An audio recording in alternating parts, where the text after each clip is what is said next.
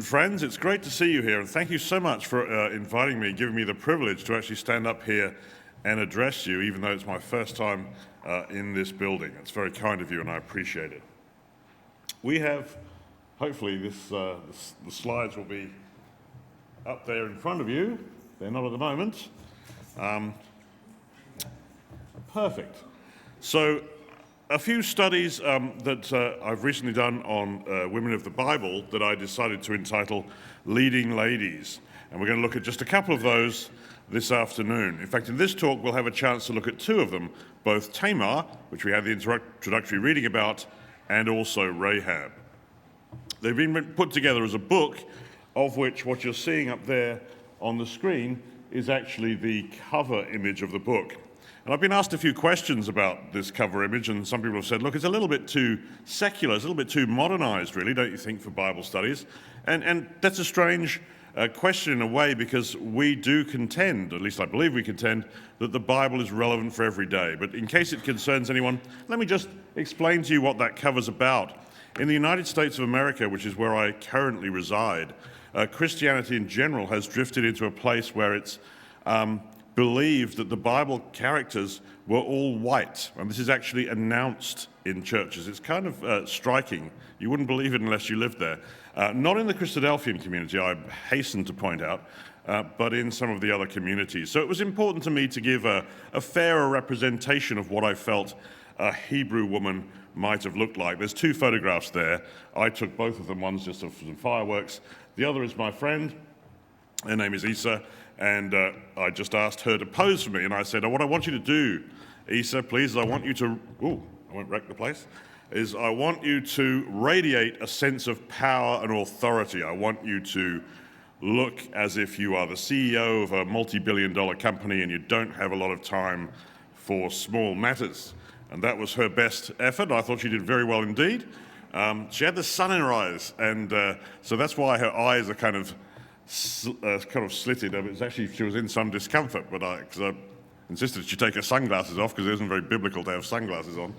And she wanted to smile, and she got a lovely smile. And I said, no, you can't smile, you've got to look powerful. So she wasn't, we argued back and forth, but we got something we were both happy with. And whether that was a great choice to go with that as a cover, I don't know, you'll decide. But one of the things that struck my attention was that long after I'd selected her to be a generic representation of a Hebrew woman, I didn't know, because I don't know a lot of Hebrew, that the Hebrew word, generic word for woman, is in fact the same letters that she has for her name. So that seemed, I don't go around looking for strange signs and wonders all over the place, but when I noticed that, I thought it seemed like a rather kind of happy affirmation, confirmation of it being a choice. Anyway, that's all a lot of rambling, just to introduce you to the subject matter and how it's presented. Let's jump straight into our first story, the God of Widows, Tamar's story. The precedental widow, her story is told in Genesis chapter 38. Brother Paul has already read that for us, thank you, and so we don't need to reiterate it. We can draw out just some simple bullet points that come to the idea, men don't treat widows very well. It's just as well that God takes note of the afflicted and the oppressed, as widows tend to be, because they don't get much care from anywhere else. Judah's first son, his wickedness prevented Tamar from having a son because God killed him for his wickedness, whatever it was. The second son of Judah, Onan, realized that if he gave Tamar a son, he would lose a substantial part of his own wealth via the intricacies of the levirate marriage law. And so because he wanted to keep his money, he wouldn't give her a child, and he was killed. And finally, with a third son remaining, Judah, who perhaps isn't very honorable in this story either, was fearful and felt that Tamar was somehow responsible for the death of his two sons and kept her away from the third son. And so she wasn't married, she remained a widow. And many years go by, and Tamar eventually realizes, he's never going to give me that third son in marriage. I also can't marry anyone else because I am held in marriage for this third son, which is never going to happen. She's been sent away from Judah's family home. She doesn't even live there. She lives now with her own father, whom she's pretty much guaranteed to outlive at which point she will starve to death. It's that simple and it's that stark. There's no social welfare in this system. She is a widow and she has no one to take care of her. So men don't care for widows. Widows is a crisis situation.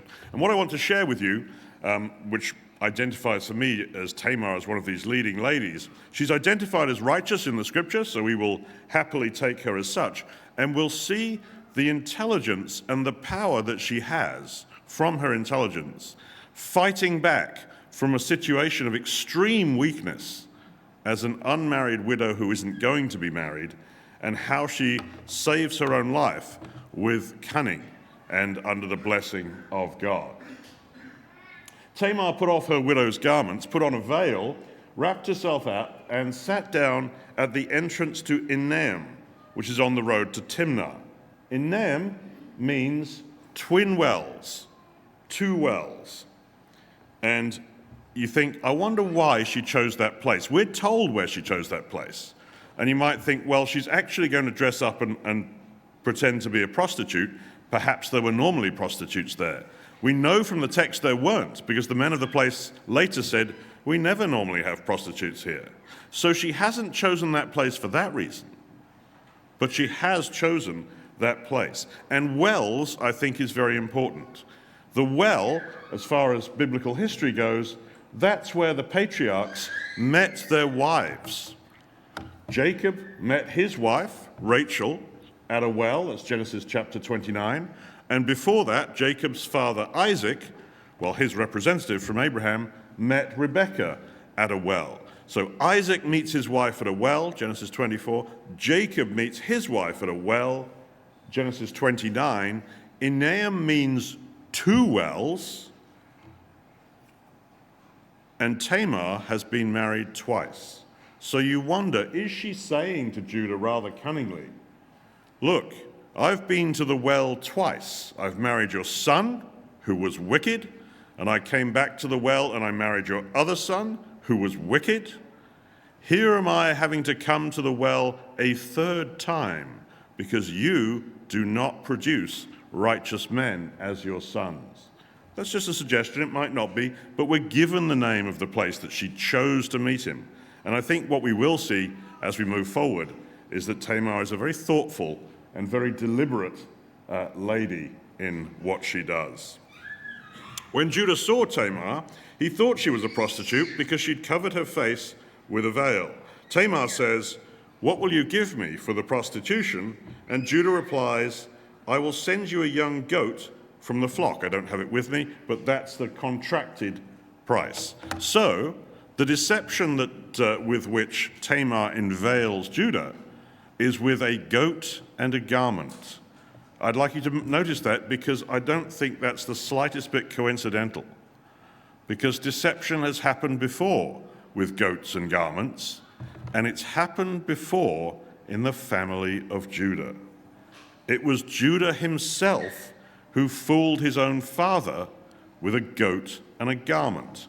He wanted to lie to Jacob that Joseph was dead when he didn't actually know what had happened to Joseph.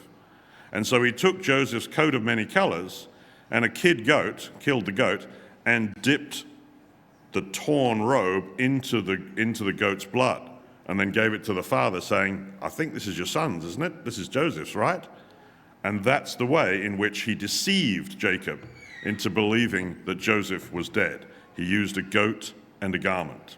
And before we have too much sympathy for Jacob, who was thereby fooled, we might remember Jacob himself did exactly the same thing. It's a family history. Jacob deceived his father, Isaac, with a goat and a garment. Specifically, he turned a goat into a garment. He and his mother conspired to cover his smooth skin with goat skin so that he would appear to be his hairier brother Esau, by which he could steal the blessing away from his father, who had now turned blind. So Jacob deceives his father with a goat and a garment. Judah deceives his father with a goat and a garment. What we learn, amongst other things, deception begets deception begets deception. This is a cycle that isn't being broken. And Tamar, therefore, knowing that family history, I think very intelligently, Tamar deceives Judah the deceiver, son of Jacob the deceiver, and with exactly the same tools. This is not coincidence, at least not to me. This is the actions of a cunning and intelligent woman who has been left in a position where she will starve to death and is fighting back to secure her own life and her own livelihood. What down payment, since I don't have the goat with me, says Judah, what down payment shall I give you? Give me your signet and your cord and the staff that is in your hand, says Tamar. And what is it she's taking from him? Let's understand the significance of those things. His signet is literally his signature. His signatures were done in wax by means of a device you wore on your hand, your ring, your signet ring. So she's taken away his identity. A modern equivalent might be a passport or a driver's license. She's taken away the means by which he identifies himself.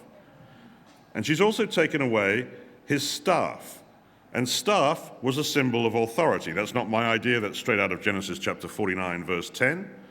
The staff is the authority of a man. And so she's taken his legal identity and his authority. She's effectively taken his passport and credit cards, if you like. Something of that order. Judah, however, has refused to let Tamar become a wife. He's even made her go live with her own father as a widow forever, which deprives her of any social authority and deprives her of any legal identity within the community. So notice what Tamar has done. Again, cleverly and symmetrically, Tamar takes from Judah what Judah took from her. Judah has taken her legal identity and authority, and so Tamar has said, why don't I put you in the position you've put me in? Why don't you experience a little taste of my life? And this is from a position of extreme weakness. It's clever what she's been able to do. But there are consequences. There are consequences for prostitution, and the consequence is she becomes pregnant from Judah's sin. And straight away when Judah finds out, not realizing that Tamar is the one who was dressed up as the prostitute that he knew, he says, bring her out and have her burned to death. This is the absolute nadir, the pit, the lowest point of Judah's spirituality. Everything he said is wrong on an ethical level and wrong on a legal level according to the law. It was never prescribed by God that anyone should ever be burned to death. The only time people were ever burned is criminals who had already been killed. Criminals who had been killed might have their bodies burned, but no one was ever burned to death. The British did it rather hatefully, but God's people did not. But it's what Judah wants to do. More importantly, do you realize this is a sentence? We haven't had a trial yet. There's been no evidence, no trial, no witnesses, no verdict. We've just started with the sentence, a death sentence. Let's start with a death sentence, says Judah. It is the absolute contradiction of anything pertaining to justice or righteousness in the eyes of God. Tamar's life is now cut short to the point she's received a death sentence. She is living her last day unless she acts. So she now has to act very quickly to unmask the deception.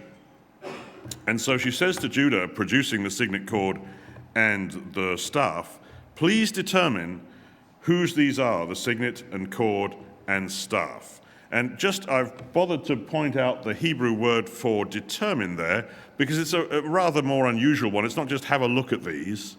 This verb hakana suggests forensically examine them. Look at them very closely. Don't just glance at this stuff.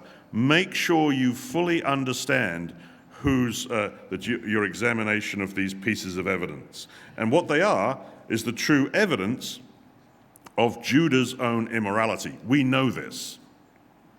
What we may not know, but I find very attractive, is that this word, this verb, this special verb of forensically examine has shown up before. And Judah used it.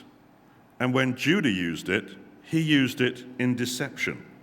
It's that same case when he gives the coat of many colors in kid's blood to Jacob and says, examine this robe to see whether or not it is indeed Joseph's robe. It's the same verb, hakanah. So even though I don't think Tamar could have planned this bit, this is kind of coded by God rather than anything else. How ironic, both uses of this word indict Judah. When Judah used it, it was to present the fake evidence of Joseph's death. Judah invokes this term in order to commit deliberate knowing deception. And Tamar has now invoked that same word against Judah to use it to expose actual truth, the truth of the matter, that he is the one who'd engaged in the prostitution. Finally, one might say far too little and far too late, Judah recovers himself. Judah recovers some sense of godliness which has been long hidden. She is more righteous than I, he finally says. And we learn from later genealogies that Tamar then is permitted to marry Shelah, the remaining son. Righteous Tamar has saved herself with her cunning, but the damage is already done. She still has to own the consequences. What are the consequences? They're written, and I realize the law came later, but the principles of God are the same. They're written here, they're encoded in the law. No one born of a forbidden marriage, nor any of their descendants, may enter the assembly of the Lord, not even unto the 10th generation. And of course, the birth of the twins, Perez and Zerah, was from an unmarried prostitution, so clearly not a forbidden marriage or a forbidden union. So Tamar's line is rejected by God's law for 10 generations for Judah's sin. That's the difficulty that she has to wear. Now, we have one more detail concerning Tamar's story, which should warrant our attention. The scarlet cord. The very final detail we get at the tail end there of Genesis chapter 38 is a description of the birth of her twins. What I like to do when reading the Bible is always ask myself, why am I told this? And I'm particularly fascinated when I read something and say, I absolutely didn't need to know that. Because then I know that I do need to know it, I just haven't seen why. And one of the passages that struck me that way is this enormous amount of detail concerning what seems to be an extremely complicated and probably very painful birth of twins in Tamar's life. Here's Brother Paul's already read them, but they'll warrant a repeat. There were twins in Tamar's womb. When she was in labor, one put out a hand. So the midwife took a scarlet cord and tied it onto his wrist, saying, this one came out first. This is the firstborn. But he drew back his hand, and behold, his brother broke out ahead of him. And she said, what a breach, what a breakout you have made for yourself. Therefore his name was called Breakout, which in Hebrew is Peretz.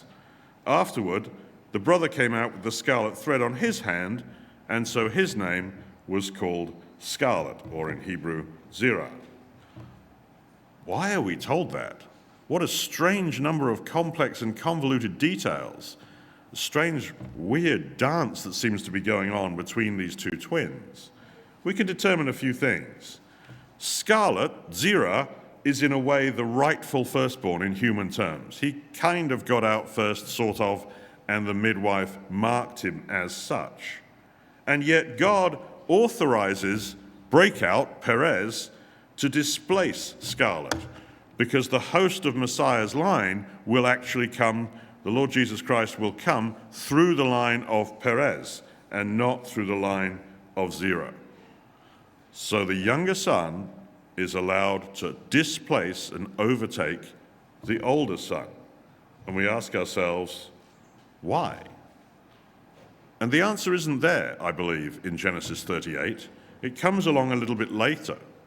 And the answer that I can put in front of you is that God authorizes the second son to displace the firstborn, not only as a general principle of his, but it also teaches us about who Rahab is. And that might not seem to be a very logical answer, but I believe it to be true. That will actually be a signature clue in us figuring out who Rahab really is in the eyes of God.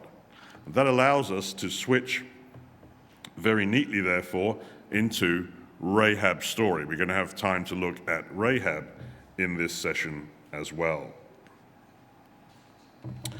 We won't need a reading because I'm going to assume the story of Rahab is very well known, but let's just recap. Joshua chapter 2, you can have it open in front of you if that's helpful for you, but I'll try and put all the verses you need on the screen. Joshua 2, Israel are still a wandering, homeless people. It's a critical point.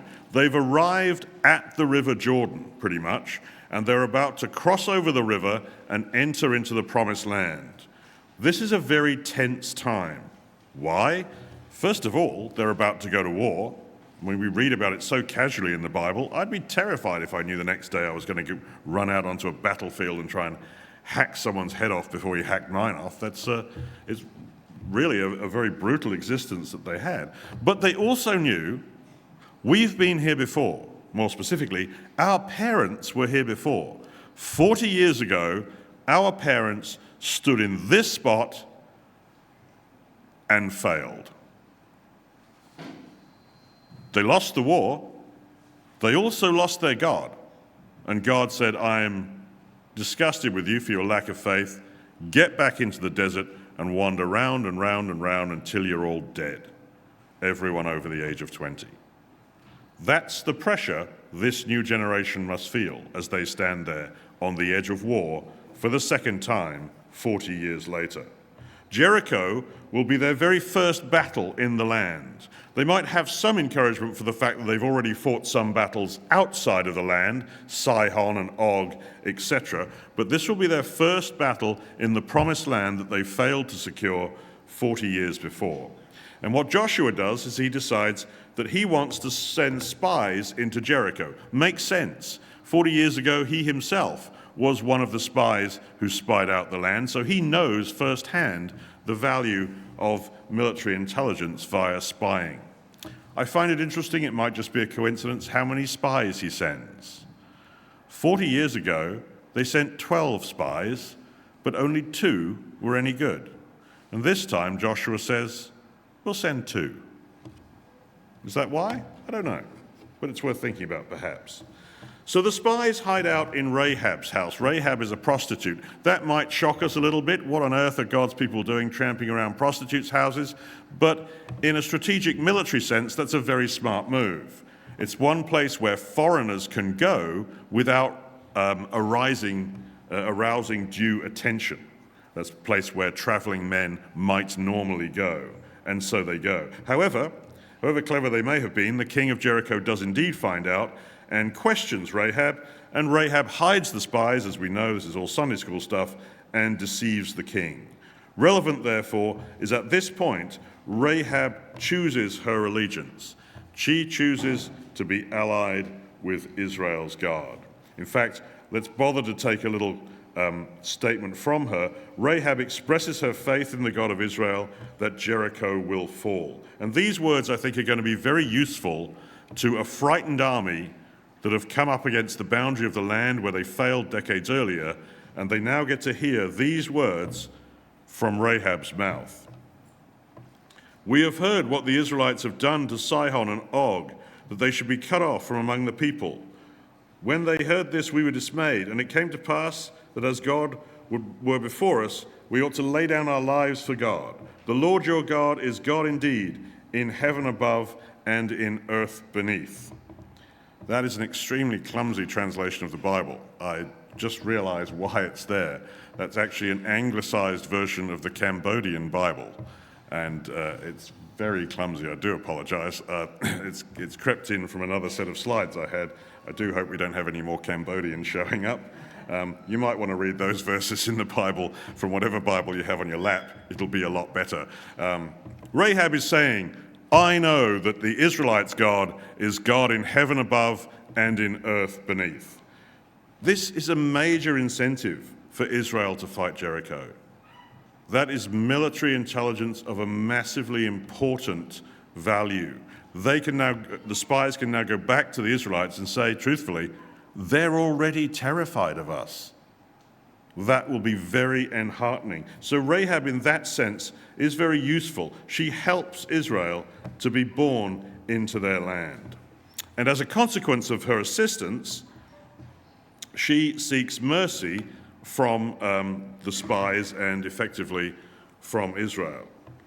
Rahab requests mercy, hesed, from those she has shown mercy. And I'd like to put this quote up because it really indicates just how godly Rahab is. Consider these words. Now then, she says, please swear to me by the Lord that as I have dealt kindly with you, hesed, that you also will deal kindly, hesed, with my father's house, and give me a sure sign that you will save alive my father and mother, my brothers and sisters, and all who belong to them, and deliver our lives from death.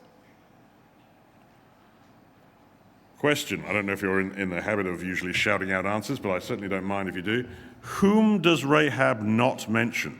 Whom does she not request be saved? Herself. What an incredibly godly woman to be that concerned.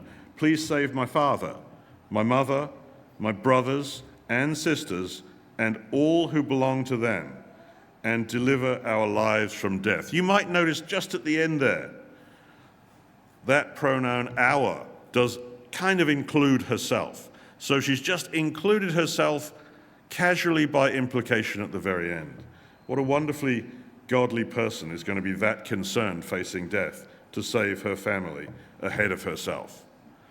But there's a problem, and the problem is this. She is not allowed to be saved. Let's be clear. God has given a command for total destruction. The Hebrew word, and it crops up in the news these days with the difficulties in Israel and Gaza. The word is haram, a command for total destruction, which has been called again recently. Let's look at how that word shows up. Here we are in Deuteronomy 20. God himself is speaking. But in the cities of these peoples that the Lord your God is giving you for inheritance, you shall save alive nothing that breathes. You shall devote them to complete destruction. The Hittites and the Amorites, the Canaanites, that's Rahab, and the Perizzites, the Hivites, and the Jebusites, as the Lord your God has commanded. Now, that's English, of course, thankfully this time. And I've underlined some words there. The words you shall is drawn from the Hebrew word haram.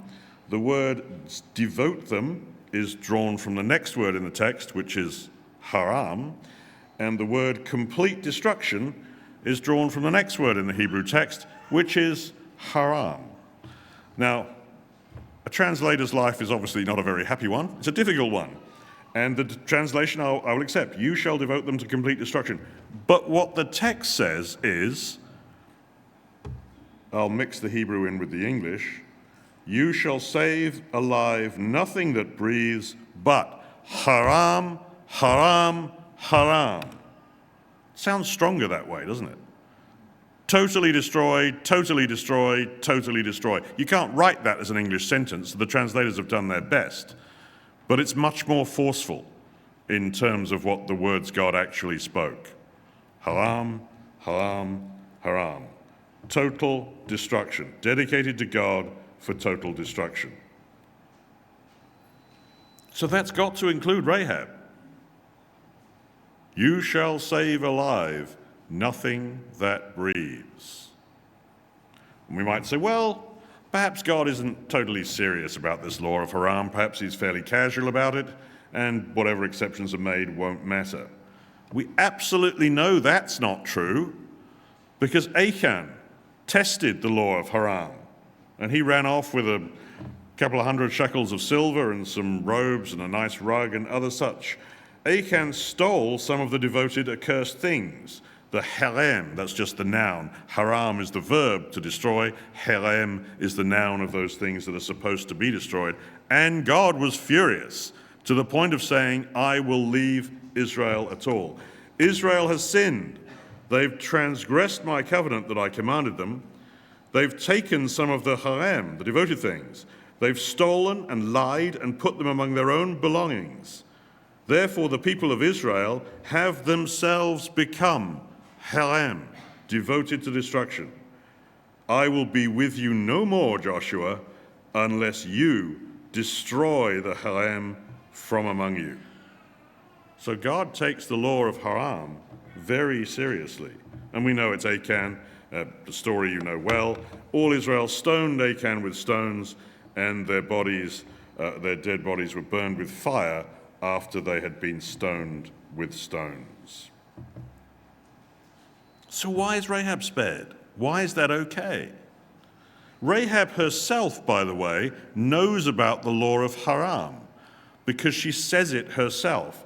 These are verses we've already seen. I'll put it up just one more time so you can see she actually invokes the Hebrew word haram as well. She says, we in Jericho have heard what you Israelites did to the two kings of the Amorites who were beyond the Jordan, to Sihon and Og, whom you devoted to haram, to total destruction.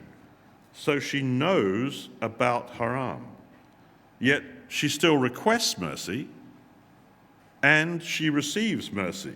The spies are able to assure her, if you do not tell this business of ours, then when the Lord gives us the land, we will deal kindly, we will show hesed, we will deal kindly and faithfully with you. What then is the solution? The solution is very, very simple and completely wipes away all legal technicalities. Rahab knew the heart of God.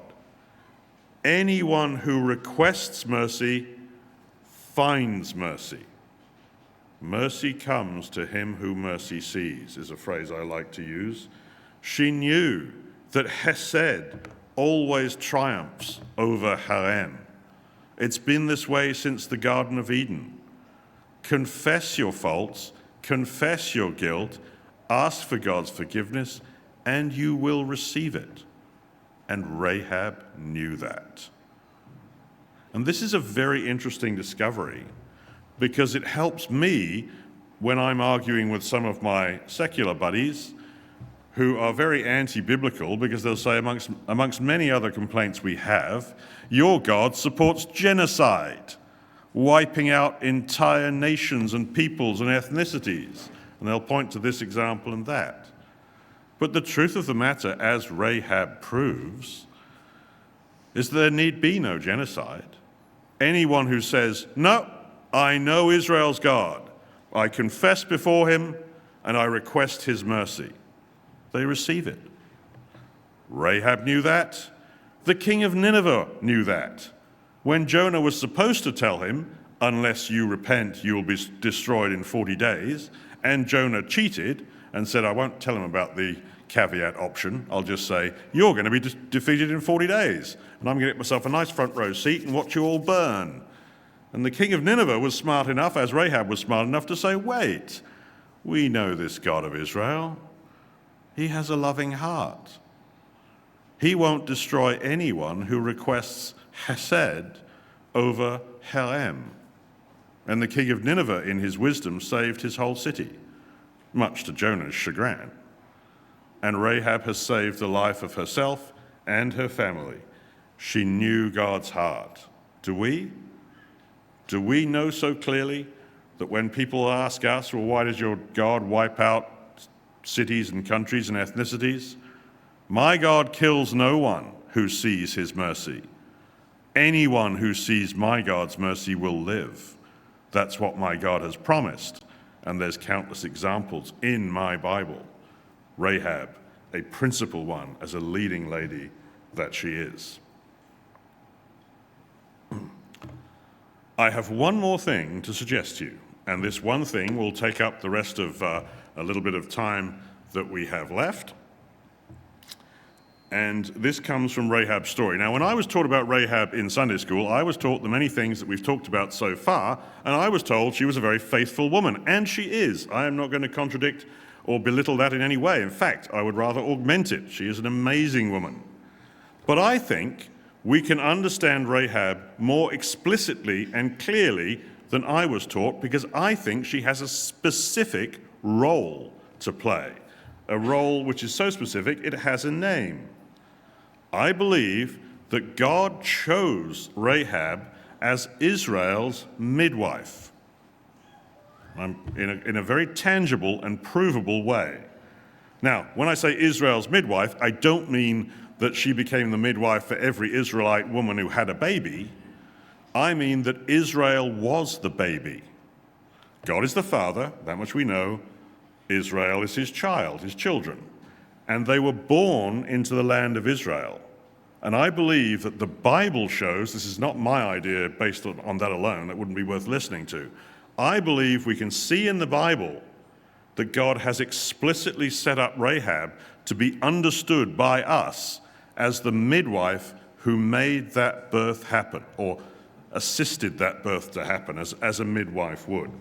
I have 4 pieces of evidence to show you, and that will conclude the talk as we step through them. Those are my 4 pieces of evidence. We'll go through them one at a time. Number 1, the manner in which she deceived the king of Jericho.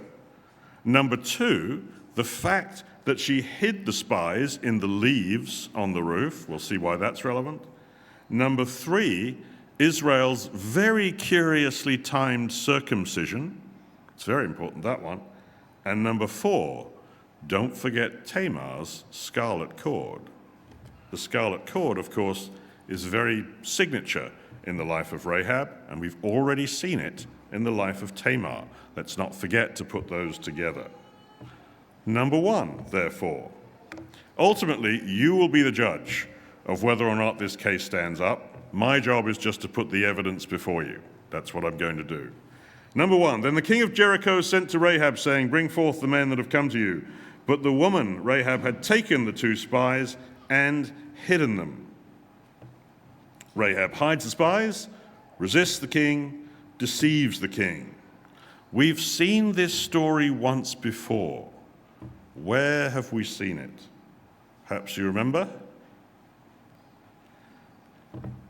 Pharaoh in Egypt says to the midwives of the Hebrews, "When you serve as a midwife to the Hebrew women and see them upon the birth stool, if it's a son being born, kill him. But if it's a daughter, she shall live."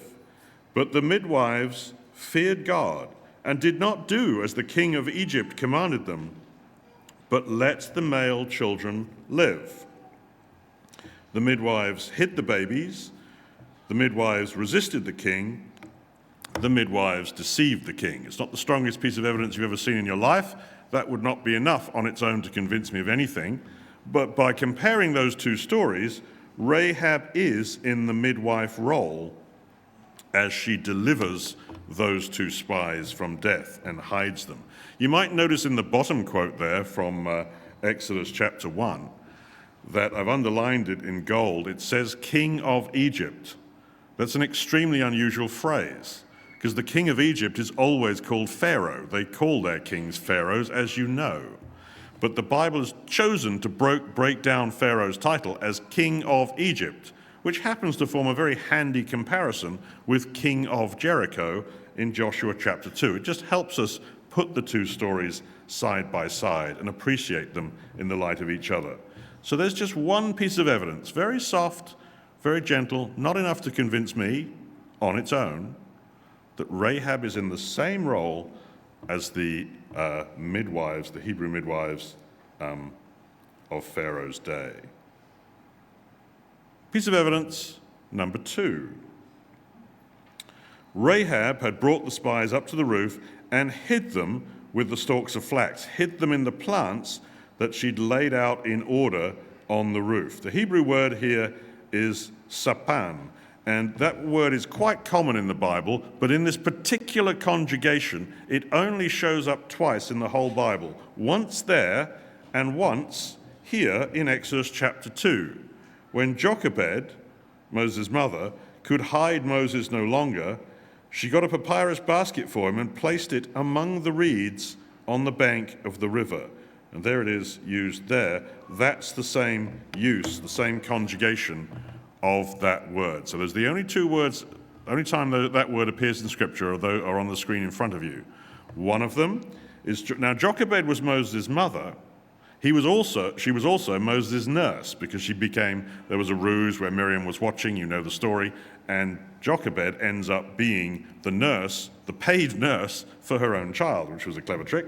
So she is the nurse. Jochebed became Moses' nurse, and she was the one who hid Moses in the plant life. So when Rahab hides the spies in the plant life, plants on the roof now, not plants in the river, but it's a nice comparison that jogs our memory, and the same word is used, and it's the only time it's used.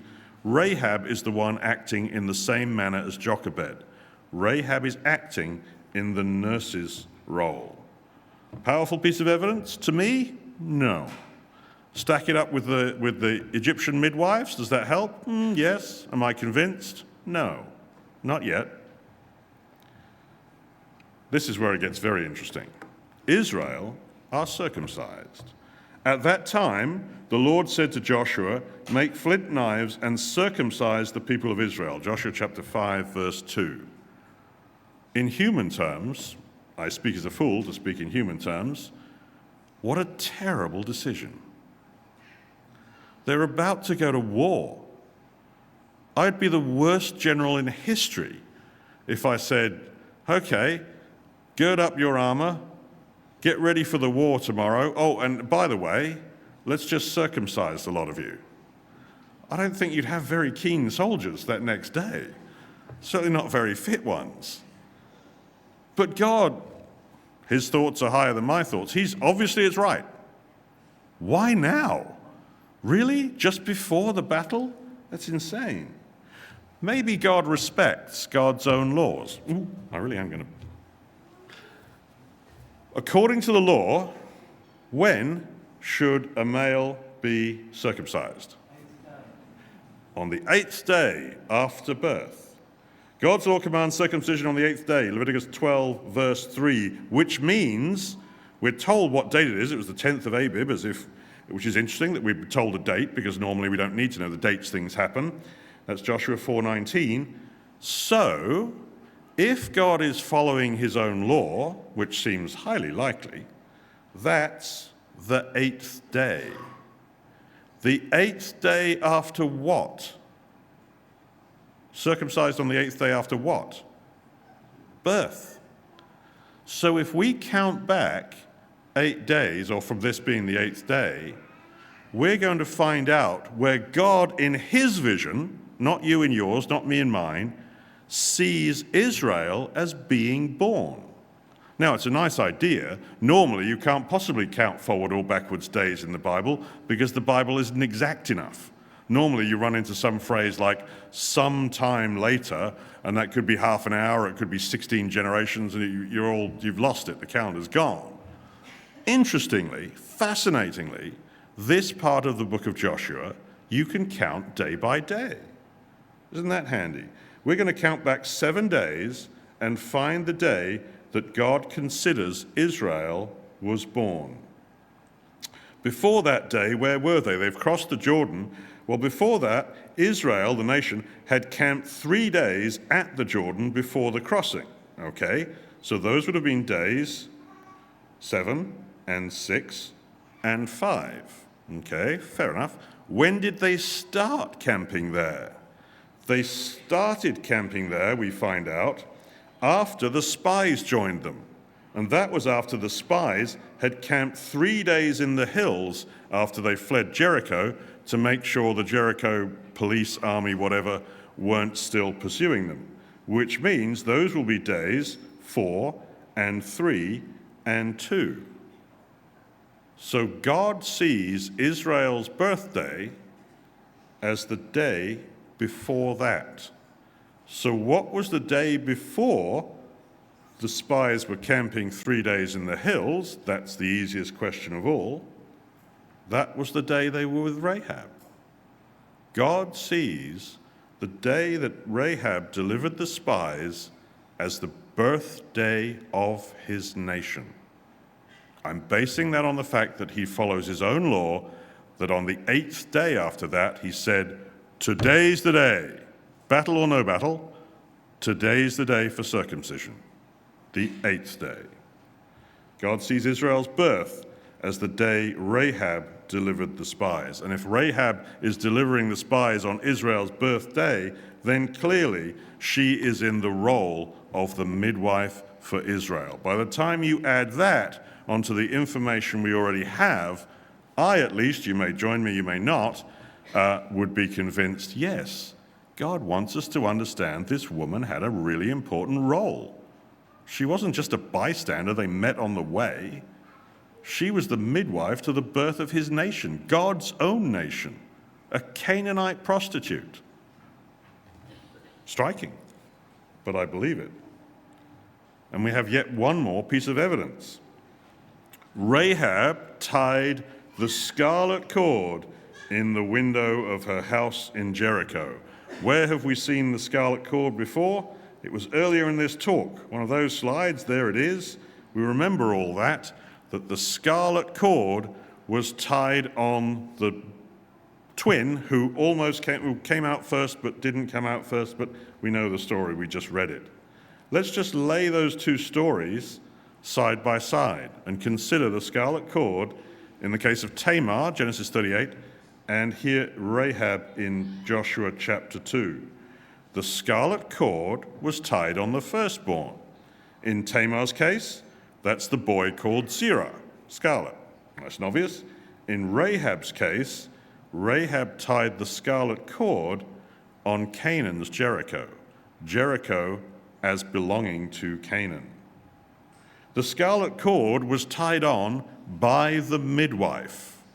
In Tamar's case, we're not told her name. It was Tamar's midwife who tied on the cord. In Joshua chapter 2, who ties on the cord? It is, of course, Rahab, once again in the midwife role. The second son then displaced the first son. It was the line of Perez, a breakout, who was the chosen one. And in the case of who owns Jericho and who is allowed to call Jericho theirs, it is Israel that came to displace Canaan. And God chooses the breakout son as his chosen line of salvation. And therefore, it's Perez, not Zerah, who hosts the line of Christ. It is Israel, not Canaan, who hosts the line of Christ. So the scarlet cord, this is my supposition, believe it or not as you choose, I see the scarlet cord as God's exceptional authorization for a newcomer to displace an originally settled people. That's what the scarlet cord symbol was for, and it happened first in Tamar's womb.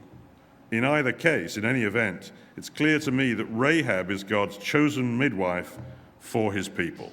That's my conclusion from what we've seen so far. Let me just summarize for you on one slide the four pieces of evidence, and you can see it all on one slide. The Hebrew midwives resist and deceive the king of Egypt. Rahab resists and deceives the king of Jericho. Number 2, Jochebed the nurse, the mother nurse, hides Moses in the plants in the river. Rahab hides the spies in the plants on the roof. Number 3, God's law calls a male to be circumcised 8 days after the midwife delivers him. God calls Israel to be circumcised 8 days after Rahab delivers the spies. And finally, Tamar's midwife ties the scarlet cord on firstborn Zerah, who is later displaced by the newcomer. Rahab ties the scarlet cord on Canaanite Jericho, who is later displaced by the coming of Israel into the land that their God had promised them. And in many of these cases, perhaps arguably all of them, the midwife isn't just, hey, I've got a role to play. The midwife is the savior. Whoever's in the role of the baby isn't going to live unless the midwife does what she does. So this isn't just some piecemeal role that Rahab has. To step into the midwife role is actually to step into the savior role in each of those 4 cases. That's all the evidence I have. If you need more, feel free to say I don't believe that. But that evidence, all straight out of the Bible, convinces me that we need to see Rahab not just as a faithful woman, and surely she was, but someone that God had chosen for a specific and elevated role the midwife of the birth of his own people. There are few roles more grand than that. So as I look at the plan by which God brought his people out of slavery in Egypt to freedom in Israel, you can see Moses plays an enormous role, does a great deal. Even evil Pharaoh is turned to God's purposes, and God controls him and makes him operate in a way to make this liberation happen. Joshua, of course, is the last wheel. He's the one who will triumphantly lead the people across the Jordan, circumcise them and lead them into battle in a very tender state. But we can also see Rahab, not just a bystander, a principal cog in the operation of God bringing his people from slavery into their own land. Last slide. Who is Rahab? You could have asked me that a few years ago and I'd have said, well, she's a faithful woman, but she's a Canaanite prostitute. Now, she is a Canaanite prostitute, but that's a very worldly answer. I'm actually using earthly eyes to see Rahab in her earthly role. And what this study has done for me, what I hope it might have done for you, is this study helped me train up my heavenly eyes, if you like, allowed me a little glimpse through God's lens to see Rahab as God sees her. And I think I can confidently assert, I believe God sees, through heavenly eyes, Rahab is God's chosen midwife. So the interesting thing is, there's two very different answers on that slide. They're both correct. But the difference is, which answer would you give if you were asked? The fascinating thing being, the answer that you give depends on which eyes you're using. Do I spend my time using earthly eyes and see Rahab in her earthly role? Or do I spend my time using heavenly eyes and see Rahab perhaps as God himself intended us to see her? Thank you.